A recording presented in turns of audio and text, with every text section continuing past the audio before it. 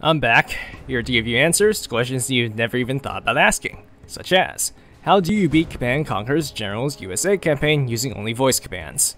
Just like the other two campaigns, I've found every single hotkey or mouse input in the game to specific voice commands in VoiceMacro.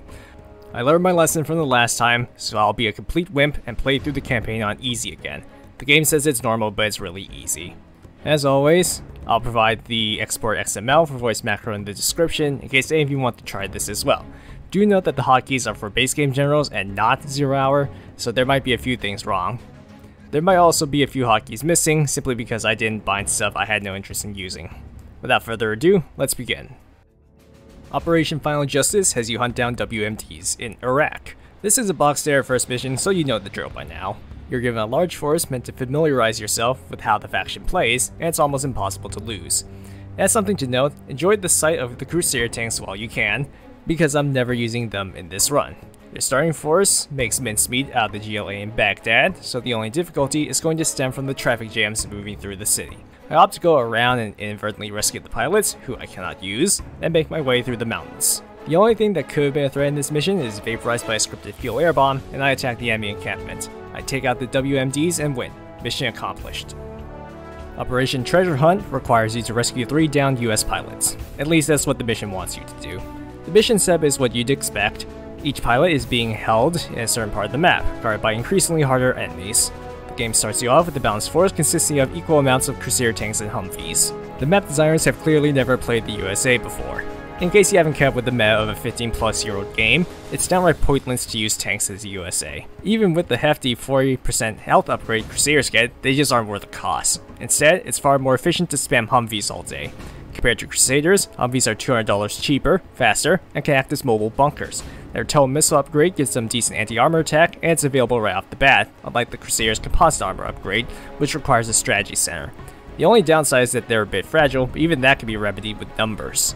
These are the strongest Humvees in the entire campaign. Why? Because these are the only Humvees that start with garrison infantry. I don't want to deal with the hassle of garrisoning with voice commands, so my Humvees are left empty. Even then, they're still preferable to tanks. With my Humvees and whatever tagalongs I still have, I push my way through the city. The enemy has a mixed force of infantry and armor, including a few angry mobs. They also occasionally send small waves to attack your base. Another reason to not use tanks. You need strong anti-infantry and speed in order to survive. I rescue the 2 pilots and then proceed to ignore them. You don't actually need them. The 3rd pilot is being held in an outpost in the mountains. This is slightly difficult since the Humvee's tow missiles aren't that great against base defenses. Nonetheless, I managed to overpower the defense and rescue the pilot. Now here comes the hard part. I need to get this pilot back to base alive. In the meantime, GLA will start spying around the northeast edge of the map and move towards my base. I finagle the pilot into one of my Humvees and issue a move command back to my base. This part is more or less dependent on your units being able to path their way back before they're overrun, so you're probably screwed half the time. Time to talk about triggers, or why the first 2 pilots don't actually matter once you rescue them. In the mission scripts, there are actually 2 separate win conditions, depending on which phase of the mission you're in. Phase 1 is the start, and the phase increases each time you rescue a pilot. The first win condition, 2 pilots get back to base and the 3rd is left to die. The second, the 3rd pilot gets back home and the other 2 die. So, I let the first 2 pilots distract the enemy while I rescue the 3rd pilot. And that is how the US military risks countless lives to save 1 man. Mission accomplished. Operation Guardian Angel requires you to escort retreating US forces in Kazakhstan. The game introduces the Comanche to you, America's attack helicopter and the only helicopter unit in the base game. It has great air-to-ground capabilities with limited fire rockets and a machine gun. It's a great glass cannon weapon, and even greater on this mission since the enemy conveniently lacks anti-air. So, why don't we just spam Comanches all day? Because the voice recognition software refuses to recognize it.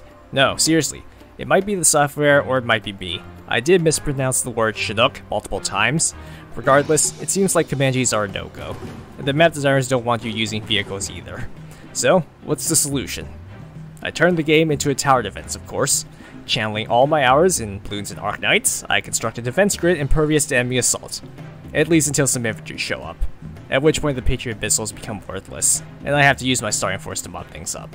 Once you manage to escort 100 allied units out, the GLA launch one last attack wave against you. This time they at least brought some quad cannons with them. Unfortunately, I have very few Comanches to counter, and so they crash against my Patriot missile wall instead. Once the stragglers are mopped up, mission accomplished. Operation Stormbringer starts as D-Day in Kazakhstan. The strategic benefit of this I'm uncertain of. The opening sequence shows a bunch of warships, but I guess they leave after the cutscene finishes. You start off with a force of Rangers, Crusaders, and Tomahawk launchers. Your first task is to take out 4 stinger sites north of you. The first bit is a bit precarious, but ultimately doable. The important thing is to keep track of your Tomahawks. So long as they survive, nothing else matters. I move up the beachhead, using my tanks and infantry as meat shields, while the Tomahawks do their work. Even after losing my front line, it doesn't matter. The AI is too stupid to hunt down your Tomahawks. You also don't need to use scout drones in this segment if you want to save money. The Tomahawks will gleefully fire at stuff in the fog of war. I just did it for my own convenience. Once the stinger sites are destroyed, carpet bombers clear the area, and you get to build a base. You won't need much for this mission, since the Tomahawks can clear things relatively easily. You just need a few Humvees to distract the enemy while the artillery does all the work. I slowly move eastward, using Tomahawks to siege down any garrison or static defense in the way. Once the base has been sufficiently damaged, I send the Humvees in to speed up the process. I then move south and clear the last of the structures. Mission accomplished. Operation Blue Eagle is a 2-phased mission. First, you have to destroy a GLA camp before they can set up shop. Then, you have to take out a massive stronghold that will send wave after wave of troops at you. Your starting force is enough to clear out the first part, but now it's time for a little cheese. The second phase of the mission doesn't start until all enemy structures are destroyed. So, we can just clear out the first enemy base, break their script by destroying whatever they're meant to build, and amass our forces before starting the next part. Once I reach a critical mass of Humvees, what, you expect me to use anything else? I target down the command center. Since there's a dam in this mission, it of course gets destroyed, and our forces are cut off from our main base. It doesn't really matter though. I use my mob of Humvees and move up the right side of the map. The right side is less fortified and has fewer demo traps along the way. Upon reaching the core of the base, my Humvees start scattering a little, but I manage to wrangle enough to take out the Scud Storm. Then it's just a mop-up operation. Although the enemy does send an attack wave my way, while I was distracted, most of my Humvees were destroyed. A temporary freeze also caused one of my elite Humvees to die as well. So I was down to 3 from my initial force. Also, since the US vehicles drop pilots if they have errancy, the area was littered with them. Not that I could do much with them to begin with. Unfortunately, the mission wasn't over yet. The map designers are a bit inconsistent. Sometimes you only need to destroy all production structures, sometimes you need to destroy everything. This was one of the latter. Any reinforcements I ordered ran headfirst into the demo traps on the western ramps, meaning I had to attack the stinger sites one at a time, then wait for the remaining Humvees to heal. Eventually, I lost all my Humvees, and then I ran out of money. And I didn't have a cell command in place because I thought I wouldn't need it. So, as a last Hail Mary, I ordered any troops I had left to attack. The enemy only had 2 stinger sites at this point. The first one went down to my remaining Comanche, but it gets shot down by the second one. Then all my Crusaders hit demo traps and died. The only units I had left were a couple of Rangers. Thankfully, they managed to take out the last stinger site, and with this absolutely pyrrhic victory, mission accomplished.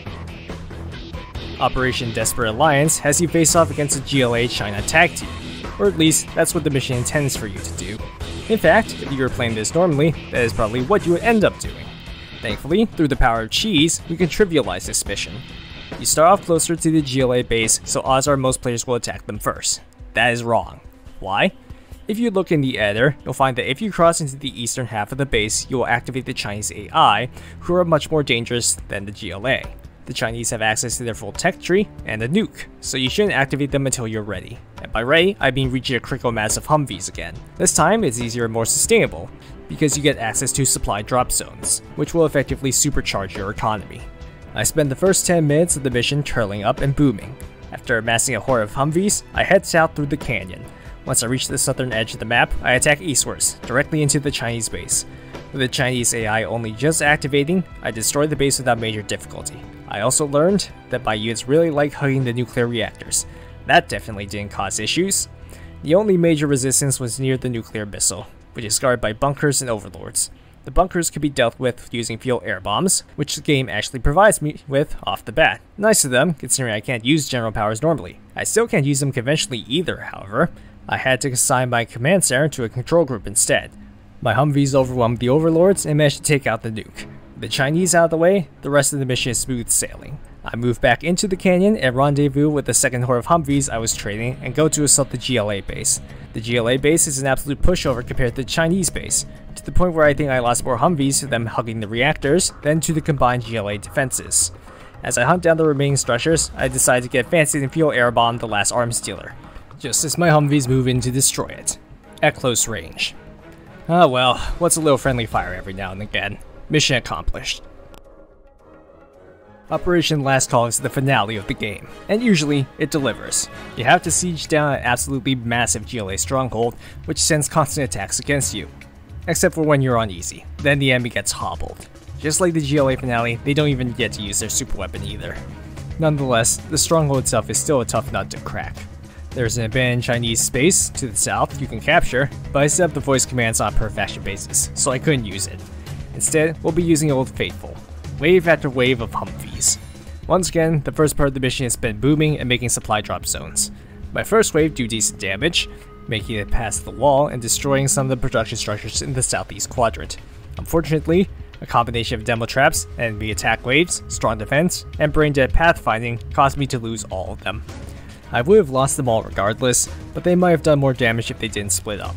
Next wave in, I learned the hard way that the GLA rebuild their demo traps. I do a bit better with this push, choosing to go up and destroy the lower level structures instead. The upper level's defenses were still standing though, and proved difficult to crack. This wasn't helped by my Humvees doing weird pathfinding stuff again. Well, they say third time's the charm, and they were right. The third push managed to crack the enemy defenses. I destroyed all production structures, causing the enemy to sell off whatever's left, which in turn fulfilled the victory trigger, with the enemy choosing suicide over death. Mission accomplished. Hopefully for good this time. Well, that's all 3 campaigns in general is done. As always, if you made this far, thank you so much for watching. I'll take a break from voice commands for the time being, partially because I want to actually play games normally for once, and partially because, well, 0-hour campaign. If you know what I'm talking about, you know what I'm talking about. I won't stop doing weird challenge runs though. If you've seen the other video I released for the 4th of July, I plan to do more meme musical montages for challenges that don't need as much information. I'll keep the video essay stuff for the more informative runs, but I want to branch out a bit. I also stream these runs along with my tests on Twitch as well, although my schedule is a bit inconsistent at the moment. Well, next time, maybe I'll show you the pride of the working class.